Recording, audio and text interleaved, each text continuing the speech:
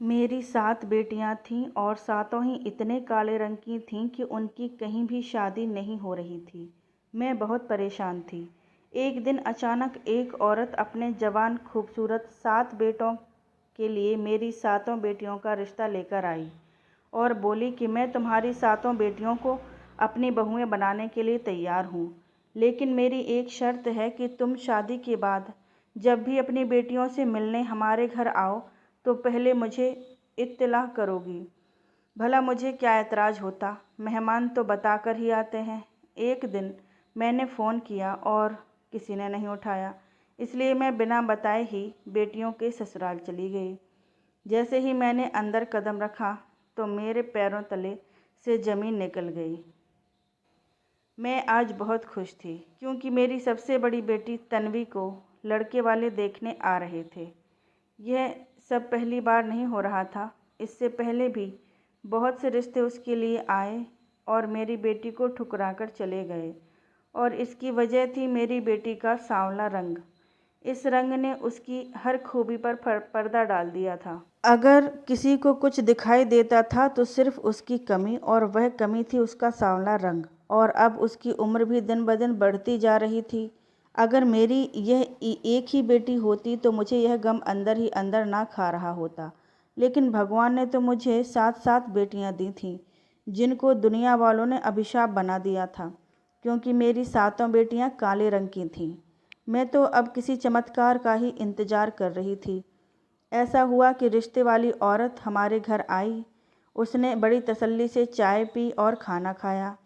कहने का मतलब अच्छी तरह से पेट पूजा करके फिर वह औरत बोली, बहन बुलाओ ना अपनी बेटी को। मैं जल्दी से उठकर कमरे में चली गई और मैं सजी सवरी अपनी बेटी तन्वी को अपने साथ बाहर ले आई। उस औरत ने मेरी बच्ची को देखा और बोली, बहन मैंने तो बच्ची के बारे में बोला था, पक्की उम्र की लड़की का नहीं। दरअसल मेरा बेटा तो अभी बहुत छोटा है, इसलिए उसका और तुम्हारी बेटी का कोई जोड़ नहीं बनता। यह बात सुनते ही तन्वी एकदम गुस्से के साथ बोलने लगी कि यह सब तो आपको हमारे घर मुफ्त की चीज़ें खाने से पहले सोचना चाहिए था। लड़के वालों ने तो यह सब कुछ अपना पाखंड ही बना लिया है कि लड़की देखने जाओ, गरीब माँ बाप के ऊपर बोझ बनो और उनके मुंह पर ही उनकी बेटी की कमियां बताकर बाहर चले आओ। कोई शर्म नाम की चीज़ है आप लोगों में? फिर तन्वी ने बहुत गुस्से में रिश्ते करवाने वाली बुआ की तरफ देखा और बोली कि पिछले 7 सालों से आप मेरा रिश्ता ढूंढ रही हैं और आपको आज तक पता नहीं चला कि हमारी हैसियत क्या है, मेरी उम्र क्या है, मेरी रंगत कैसी है। कुछ भी पता नहीं आपको? मेरी मानो तो दोनों दफ़ा हो जाओ यहाँ से, नहीं तो वो हाल करूँगी कि दोबारा रिश्ते देखने के काबिल नहीं रहोगी। उस औरत ने कानों को हाथ लगाए और बोली, हाय तौबा तौबा, कितनी लंबी जुबान है इस लड़की की, कोई तमीज़ नाम की चीज़ ही नहीं है। रज्जो बुआ आप घर चलें मेरे साथ, फिर आपसे पूछती हूँ कि कैसे बदतमीज़ लोगों के घर लेकर गई थी। वह दोनों औरतें बाहर निकल गईं। तन्वी ज़मीन पर बैठ गई और फूट फूट फूट कर रोने लग गई। मैंने अपनी बच्चियों की परवरिश बहुत अच्छे से की थी। मेरी किसी भी बच्ची ने आज तक किसी के सामने उफ तक नहीं की थी। बदतमीज़ी करना तो बहुत दूर की बात थी। लेकिन अगर मेरी कोई बच्ची जज्बात में आकर कुछ ऐसा बोल जाती तो मैं उनको टोक देती, पर आज मैंने उसको नहीं टोका। आखिर वह भी तो एक इंसान थी। 7 सालों से वह इनकार बर्दाश्त करती आ रही है। मैंने तन्वी के सिर के ऊपर हाथ फेरा और कहा, गम ना कर मेरी बच्ची, भगवान सब ठीक करेगा। अब तुम जो समोसे और पकोड़े वगैरह बचे थे वह सब बहनें मिलकर खा लो। मैंने अपनी बाकी बच्चियों को भी आवाज़ लगाकर बाहर बुला लिया। हमारे घर से अगर कोई भी इनकार करके चला जाता तो एक मातम सा छा जाता था। मैं अपनी बेटियों को गले लगाकर रोती और कहती कि भगवान के आगे प्रार्थना करो, भगवान आपके नसीब ज़रूर खोल देगा। पर मैं आज बिल्कुल भी नहीं रोई थी। शायद इसलिए आज मेरी बच्चियां भी इतनी दुखी नहीं थीं। तन्वी हंसकर बोली, मैं तो 2 समोसे खाऊंगी क्योंकि मैंने सबसे ज़्यादा मेहनत की थी।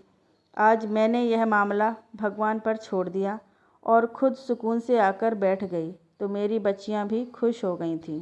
कुछ देर बाद हमारे घर के दरवाजे पर दस्तक हुई और मैं जल्दी से उठी और दरवाज़ा खोल दिया। सामने का मंजर मुझे हैरान करने वाला था और दिलचस्प भी। हमारे गरीब खाने के सामने दो बड़ी बड़ी गाड़ियां आकर खड़ी हो गई थीं, जिनमें से शहजादे जैसे लड़के उतरे थे। वह इधर उधर बड़ी गौर के साथ देख रहे थे। ऐसा लग रहा था जैसे वह गलती के साथ इस छोटी सी गली में आ गए हों। कार में से एक औरत भी निकली। वह मेरी तरफ आई और बोली, संतोष आपका ही नाम है? मैंने जल्दी से सिर हिला दिया और बोली, जी हाँ, मैं ही संतोष हूँ। उसके चेहरे पर मुस्कुराहट फैल गई। वह बोली, शुक्र है आपका घर मिल गया। हम पिछले 1 घंटे से इधर उधर घूम रहे थे। क्या आप हमें अंदर आने के लिए नहीं कहेंगी? मैं एकदम से बौखला गई थी। जी जी आइए। मैंने अपनी बेटियों को इशारा किया तो वह सब समोसे वगैरह छोड़कर एक लाइन में लग गई थीं। रानी नाम की औरत, उसका पति और उसके 7 बेटे हमारे घर आ चुके थे। वह बोली, बहन, मैं मुंह पर सीधी बात करने की आदी हूँ, इसके लिए आपका ज़्यादा समय नहीं लूँगी। दरअसल हम दोनों परिवार एक दूसरे से नावाकिफ़ हैं, पर क्योंकि भगवान ने मुझे 7 बेटों की रहमत दी है तो मेरी यही कोशिश थी कि मैं इनकी शादी ऐसे घर में करूं जहां पर 7 बेटियां हों। मैंने जगह जगह पर बोल रखा था, इसलिए आज एक रिश्ते वाली औरत ने मुझे आपके घर के बारे में बताया। आपकी बेटियां मेरे सामने खड़ी हैं और आपके घर की माली हालत हमें साफ दिखाई दे रही है।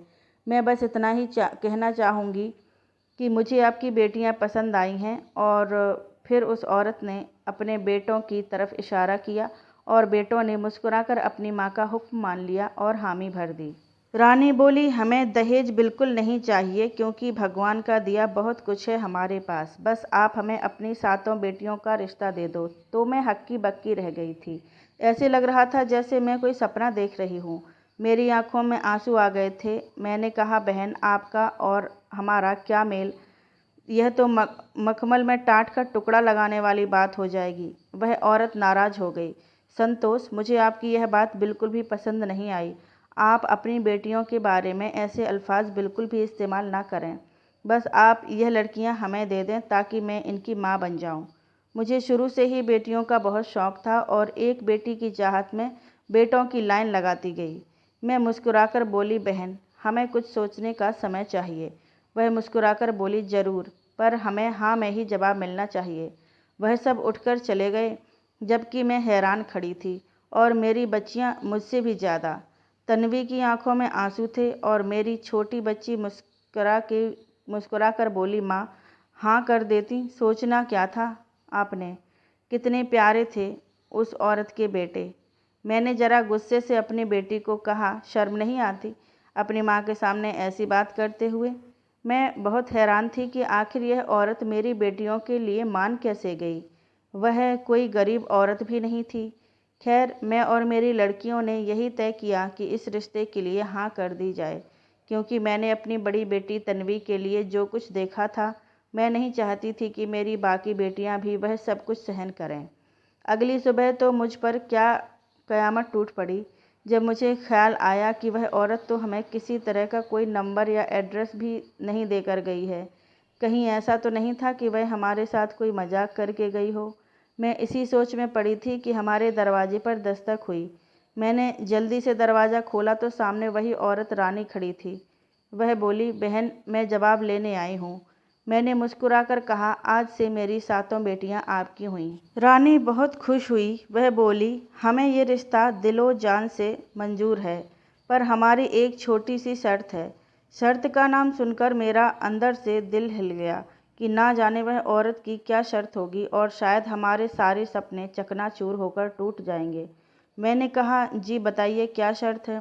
रानी बोली, आप जब भी अपनी बेटियों से मिलने आएँ तो बिना बताए नहीं आएंगी, हमेशा फ़ोन करके हमें बताकर ही आएंगी। मैं हंस पड़ी और मैंने कहा, बस इतनी सी बात? आपने तो मुझे डरा ही दिया था। मैंने सोचा ना जाने आपकी क्या शर्त होगी। ये सुनकर रानी हंसने लगी और खुशी खुशी शादी की तारीख देकर अपने घर चली गई। उसने अगले सोमवार की तारीख दी थी और हमसे यह खुशी संभाली नहीं जा रही थी। देखते ही देखते इंतज़ार की घड़ियां ख़त्म हो गई थीं। रखी हुई शादी की तारीख पर मेरी बच्चियों की शादी हो चुकी थी और वे विदा होकर अपने घर चली गई थीं। मैंने भगवान का लाख लाख शुक्रिया अदा किया। उन्होंने कहा कि अब आप बेफिक्र रहें, यह अब हमारी बेटियां हैं। मैं शादी से अगले दिन अपनी बेटियों से मिलना चाहती थी, इसलिए मैंने रानी को कई बार फ़ोन किया, पर हर बार नंबर बंद ही आ रहा था। क्योंकि हमारे यहाँ रिवाज था कि शादी से अगले दिन लड़के वाले फेरा डालने के लिए आते हैं, लेकिन उन्होंने पहले ही मना कर दिया था। इसलिए मैंने सोचा कि मैं ही जाकर अपनी बेटियों से मिलाती हूँ। फ़ोन नहीं मिला तो मैं रिक्शे में बैठकर घर पहुँच गई। मैंने चौकीदार को कहा कि मैं अपनी बेटियों से मिलने आई हूँ। चौकीदार घर के अंदर इजाज़त लेने के लिए चला गया और वापस आकर बोला, रानी मैम साहब ने इजाज़त नहीं दी।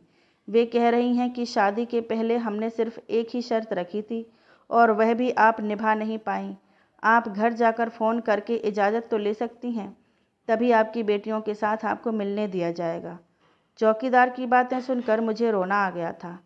खैर, मैंने अपने आंसू साफ किए और उनके घर से दूर जाकर दोबारा से रानी को फ़ोन लगाया और इस बार रानी से बात हो गई थी। मैंने उनसे मिलने के लिए इजाज़त ली तो वो शर्मिंदा सी हो गईं। मैं दोबारा से उनके घर गई तो रानी का घर देखकर तो मेरी आँखें खुली की खुली रह गईं। पर सबसे ज़्यादा खुशी मुझे अपनी बेटियों को देखकर हुई थी। ऐसा लग रहा था जैसे वह इस महल जैसे घर में मालकिन बनकर बैठी हों और सब सोने के गहनों से लदी हुई थीं। महंगे महंगे कपड़े डाले हुए थीं और मुस्कुराकर एक दूसरे से बातें कर रही थीं। मेरी आंखों को सुकून मिल गया था। मैंने यह मंजर देखकर उनसे कहा कि आज से इस घर में ही रहना, ना कि रोज़ मुंह उठाकर माँ के पास चली आना। रानी ने मेरा हाथ पकड़कर मुझे तसल्ली दी कि आप बिल्कुल भी फिक्र ना करें, मैं आपकी बेटियों का बहुत ध्यान रखूंगी। मैं खुशी खुशी घर वापस जाने लगी तो सबसे छोटी बेटी मेरे गले लगकर रोने लगी और वह बोली, माँ मुझे आपकी बहुत याद आती है, मुझे आपके साथ जाना है। मैंने हंसकर कहा, बेटी अपने पति के साथ आ जाना। मैं उसको अपने से थोड़ा दूर करने लगी तो मेरी नज़र बेटी के जले हुए हाथ पर पड़ी। मेरी तो रूह कांप कर रह गई थी। मैंने पूछा, बेटी यह सब क्या है? मेरी बेटी हंसकर बोली, माँ आप फिक्र ना करें, मैं अपने पति के लिए खाना गर्म कर रही थी तो यह गैस इस्तेमाल करना ही नहीं आया, इसलिए मेरा थोड़ा सा हाथ जल गया। उसी समय कमरे में से मेरी छोटी बेटी का पति बाहर आया और मैंने उसे कहा, बेटा यह मेरी सबसे छोटी और लाडली बेटी है, इसका बहुत ख्याल रखना। वह बोला, मम्मी जी आप बिल्कुल बेफिक्र रहें। मैं अपने घर वापस तो आ गई थी, पर दिल वहाँ पर ही कहीं उलझ कर रह गया था। मैंने बड़ी गरीबी में अपनी बेटियों को पाला था। मैं नहीं चाहती थी कि उनके साथ किसी भी किस्म की कोई ज्यादती हो।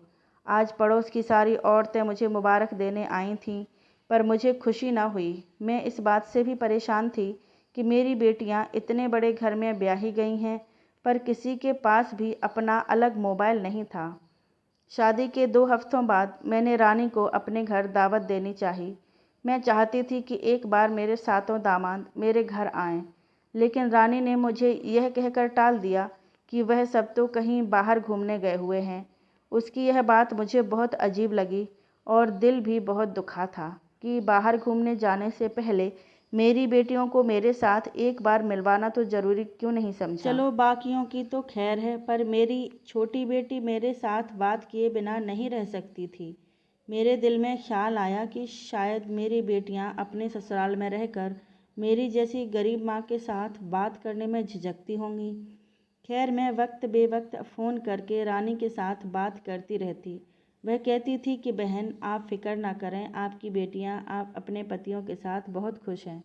वह अभी तक वापस ही नहीं आई थीं।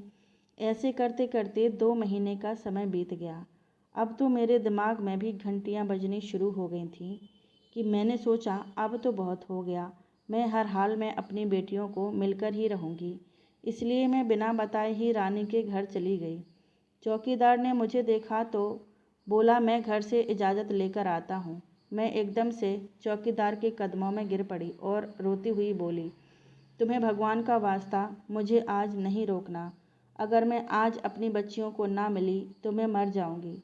वह चौकीदार बहुत परेशान हो गया और बोला, बहन अगर मैंने आपको अंदर भेज दिया तो मेरी नौकरी चली जाएगी। अगर आपने भगवान का वास्ता दे दिया है तो मैं भगवान के नाम पर अपनी नौकरी कुर्बान करता हूँ। जाओ, जाकर मिल लो अपनी बेटियों से। मैं जल्दी से घर की तरफ चल पड़ी। मैं अंदर दाखिल हुई तो सामने का मंजर देखकर मेरी रूह कांप गई। मेरी बेटियां नौकरानी की तरह काम कर रही थीं। उन्होंने पुराने कपड़े पहने हुए थे, एक के हाथ में झाड़ू था तो दूसरे की रसोई में लगी हुई थी। मेरी छोटी बेटी अपने पति के साथ सोफे पर बैठी हुई थी, पर वह भी बहुत घबराई हुई थी और बार बार अपनी सास की तरफ देख रही थी। मैं एकदम से गरज कर बोली, यह सब क्या हो रहा है? और वह सभी मेरी तरफ देखने लग गए। मेरी छोटी बेटी भागकर मेरे पास आ गई और मुझसे लिपटकर रोने लगी। मेरी सारी बाकी बच्चियां भी मेरी तरफ आ गईं। मैं बहुत गुस्से में ललकार कर बोली, रानी, तुझे शर्म नहीं आई? तूने मेरी बच्चियों को मुझसे दूर कर दिया और अपने घर में लाकर इन्हें नौकरानियां बनाकर रख दिया। किस चीज़ की कमी थी तुम्हारे पास? क्या होता अगर तुम तनख्वाह पर किसी को काम करने के लिए रख लेती? पर अब बस, मैं बिल्कुल भी बर्दाश्त नहीं करूँगी। मैं लेकर जा रही हूँ अपनी बच्चियों को यहाँ से। एक बात याद रखना, मैं इनका तलाक लेकर ही रहूँगी। रानी एकदम से परेशान हो गई। उसने मेरे आगे हाथ जोड़ दिए और बोली, संतोष, इतना बड़ा फैसला करने से पहले एक बार मेरी बात सुन लो। जिस तरह तुम अपनी ममता के हाथों मजबूर हो, मैं भी मजबूर थी। यह सब मैंने मजबूरी के कारण ही किया था। दरअसल बात यह है कि जब मैंने 7 बेटों को जन्म दिया था तो सभी की नज़रें मुझे लग गई थीं और मैं बुरी नज़र का शिकार हो गई थी। एक औरत ने मेरे और मेरे बेटों के ऊपर काला जादू करवा दिया था। उसी दिन के बाद मेरे बच्चों ने बहुत तकलीफ़ें बर्दाश्त की थीं और यह सब हर वक्त बीमार ही रहते थे। मैं एक पीर बाबा के पास इस तोड़ के लिए गई तो उन्होंने मुझे बताया कि अगर मैं अपने 7 बेटों की शादी सोमवार के दिन ऐसे घर में करूं जहां पर 7 लड़कियां हों तो मेरे बेटों पर किया गया काला जादू टूट जाएगा, नहीं तो मेरे 7 बेटे आगे पीछे मर जाएंगे। अब तुम खुद ही सोचो, मैं ऐसा घराना कहाँ से ढूंढती? पीर बाबा ने कहा था कि उन लड़कियों को पूरे साल के लिए घर में ही रखना होगा, नहीं तो उनके ऊपर भी काला जादू हो जाएगा। मैंने बड़ी मुश्किल से ऐसा घराना ढूंढा था जहाँ 7 लड़कियाँ थीं। संतोष, तुम खुद देख लो, तुम्हारी बेटियों का कोई जोड़ है मेरे बेटों के साथ? नहीं ना, यह तो मैंने सिर्फ मजबूरी में किया था। 1 साल पूरा होने के बाद मैं इनको तलाक दे दूँगी, पर तब तक इनको तुम यहीं पर रहने दो। मैंने गुस्से में कहा, तुम्हें ऐसी बातें करते शर्म नहीं आ रही? तो उसी वक्त मेरी छोटी बेटी का पति बोला, माँ, मैं तो अपनी पत्नी को बिल्कुल भी तलाक नहीं दूंगा। उधर से तन्वी का पति भी बोला, माँ, मैं यह सब इसलिए बर्दाश्त कर रहा था क्योंकि आप किसी काले जादू का तोड़ करना चाह रहे थे, क्योंकि मैं भी अपने भाइयों को मरते हुए नहीं देख सकता था। पर एक बात याद रखना, जैसे ही यह काला जादू वगैरह खत्म हो जाएगा, मैं अपनी पत्नी को पूरी इज्जत के साथ अपने घर रखूँगा। रानी की बाकी बेटों ने भी मेरे सामने हाथ जोड़ दिए और बोले, हम भी सिर्फ इसलिए चुप थे क्योंकि हम भी काला जादू का तोड़ चाहते थे। उसी दिन रानी ने मुझसे माफ़ी मांगी और बोली, संतोष, तुम जब चाहे अपनी बेटियों से आकर मिल सकती हो। बस थोड़े महीने ही रह गए हैं। मैंने अपनी बच्चियों को अपने साथ लेकर जाना चाहा तो वो बोली, हमारे पति बहुत अच्छे हैं, वह तो बस अपनी माँ की खातिर ही चुप रहते थे। मेरी बच्चियाँ खुश थीं तो भला मैं उनका घर क्यों खराब करती? इस कारण मैं चुपचाप वहाँ से घर वापस आ गई। मेरी बच्चियों को मोबाइल फ़ोन भी दे दिए गए थे। अब वह मेरे साथ अक्सर बातें करती रहती थीं। मैं भी वक्त बेवक्त उनसे मिल आती थी। अब वह महारानियों की तरह रहती थीं क्योंकि रानी जान गई थी कि मेरी बच्चियां लावारिस नहीं हैं। आजकल का दौर ऐसा ही है, जो जितना शरीफ होता है लोग उसको उतना ही दबा कर रखते हैं। मेरी सलाह है कि अपनी बच्चियों को ससुराल के रहमो करम पर छोड़ने से बेहतर है कि उनकी खबर लेते रहें, ताकि लड़के के परिवार वाले उसके साथ बुरा करने से पहले 100 बार ज़रूर सोचें।